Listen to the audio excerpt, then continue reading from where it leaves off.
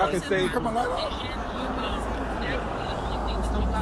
It's on the bottom. Okay, don't hold your hand under the bottom because that's where the speaker is. Rep, we're starting. Okay. All right. Hi. Hi, everyone. Hi, everybody. We're at Santa Rosa Correctional Facility, and I want to thank these awesome representatives for joining with us as we stand in solidarity to show you what corrections look like.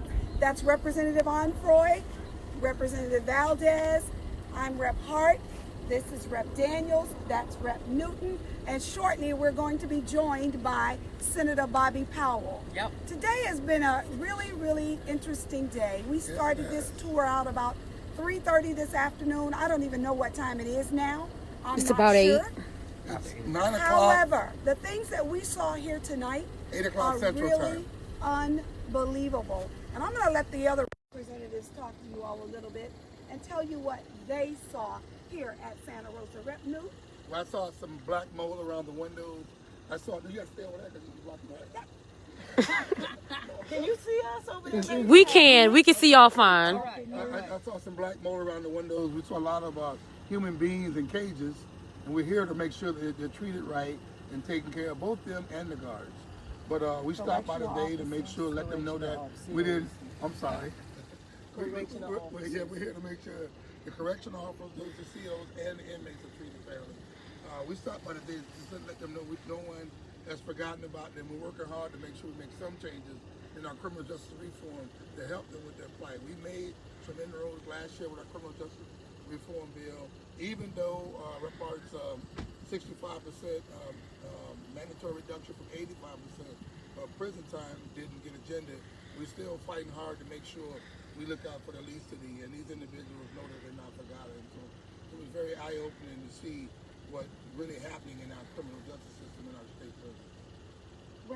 Rep Hart, you talk because you leave because I'm so disappointed right now. My spirit is heavy. My heart is heavy. Prison reform and rehabilitation is not going to take place unless we get people who really care. I just really hate when I feel like people have been thrown away. And guess what? I am a disciplinarian by nature. Yes. I'm military minded, but I can see when people don't have a chance, and we just need a miracle in Florida. And if Governor DeSantis is watching, our governor, Secretary Inch. Okay, sorry, but we need something. Something has to take place. The system is, what do you call it, broken? I mean, I'm very concerned about reentry. I'm very concerned about the conditions that our folk that are locked up live in. I'm very concerned when I go by correctional institutes and they're advertising jobs available and they're saying no experience required. That's very scary. So we're on the front lines of the legislative part, and we represent folk that are locked up. If you're a felon or whatever, we still represent you. We represent all the members of Florida. And so what we solicit is your prayers and whatever else you can do, because it's going to take more than us. We know that there's legislation that needs to be passed, but sometimes we're not in a place to get those things heard. So there has to be a shift. You know what? Sometimes there's a saying that if you don't have anything good to say, don't say nothing. So you're going to stop talking because you just full. I don't need to. I'm telling you, I had to pray my way out. Yeah, I think it's supposed to, but we'll I tag need to her. let the other ladies and Or you can just do a gentlemen video of the legislators on her speak, phone, just because a my regular spirit video is on the so gallery. heavy. We need a miracle. Go ahead, Rep Valdez. Thank you, Rep Hart, and yes, I'm with you, Rep Daniels, that my spirit is extremely heavy right now, and every time I go to a facility, it's just another major disappointment. We're seeing that the warehousing of people, we are seeing medical is not happening for our people, and the thing is that we got to understand that these are people that are the warden of the state. We the state of Florida is responsible for caring for these individuals that get put in jail, in prison. And you know, again, I always say this is called a correctional institution. We need to correct the corrections. Exactly. There is nothing correctional about this place.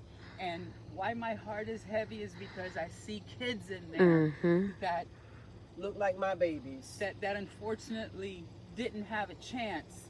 And the system, the school system failed them, because it's a lot easier to push out a kid and put them into the other system, because you know it is money.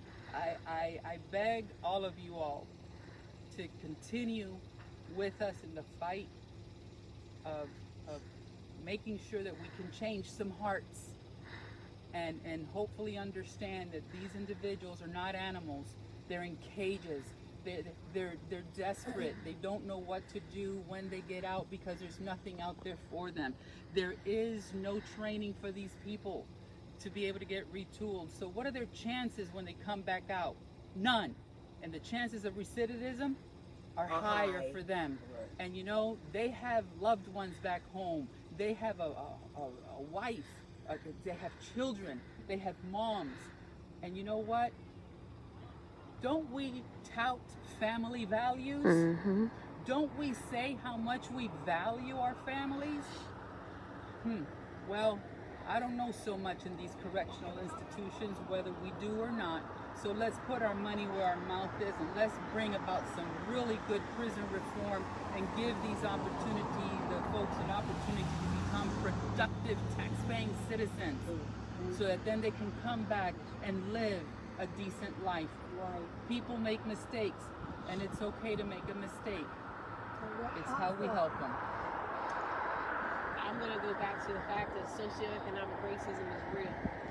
And this is the reason why people end up in these facilities to start with. We have to be mindful of the fact that implicit bias is how our kids end up being locked up while they're in school. Okay?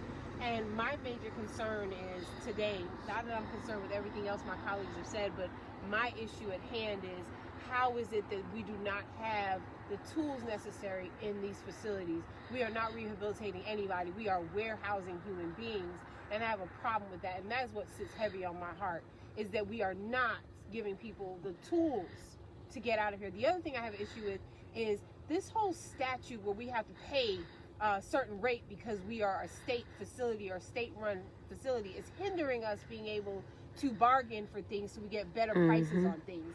And that's something that we need to look at. I'm going to be going through these budgets with a fine-tooth comb as soon as I get out of this darn session. I got to go through to make sure the Florida's better, because I want to know how they're spending our darn money. It's our taxpayer dollars.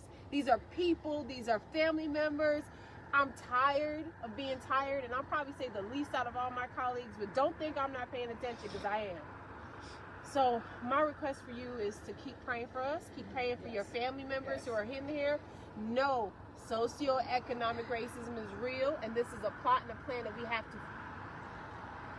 mess up, because it's not working for me anymore. Well, let me just say to you all that this was a very trying day.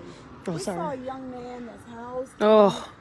in one of the dorms, and he was shot over 8 years ago. That young man has a bullet lodged in a muscle in his chest, but he also has his stomach, and the only thing that's covering it is skin that they grafted from his thigh. However, he was supposed to have been taken away to a facility to get surgery that he's never gotten. I know, Jared, that you are watching this video. I want you all to understand me and understand me clearly. The things that I have seen here today at Santa Rosa, this will not continue. We've got to change this. This is the culture of what people have become accustomed to. Out of the 200 people that we saw, at least 160 talked about how they're being beat up, how they're being beat and then put into the hole until they get better. It must stop. I'm telling you all, we will be back, and we will never, ever make an appointment. We're going to be showing up to all of your facilities. And I want you all to know that as we walk back up to the front to leave, even the correctional officer said to me, why won't they pass House Bill 189? 65% will give somebody something to look forward to. Let them know that the people, the officers, correctional officers in here actually are in support of it. And those sheriff's officers that are over here protesting the bill, y'all are doing this on your own accord because you're short-sighted. That's exactly right. So know that these gentlemen here, they support it because they know how important it is to give the inmates something to look forward to. But it's got to stop, people, and it must stop now. I thank you all so much for braving this terrible weather. As we stand outside, it is freezing tonight. But we are so happy to have had this opportunity to come and check on our brothers. But they need to know we will be back. Thank you all, ladies. And you too, Rep. One gentleman. Thank you. Love you all. guys. Is See Rep ya. Newton? Rep Powell? He's on the phone. Okay. Okay, I got it, babe. I got it.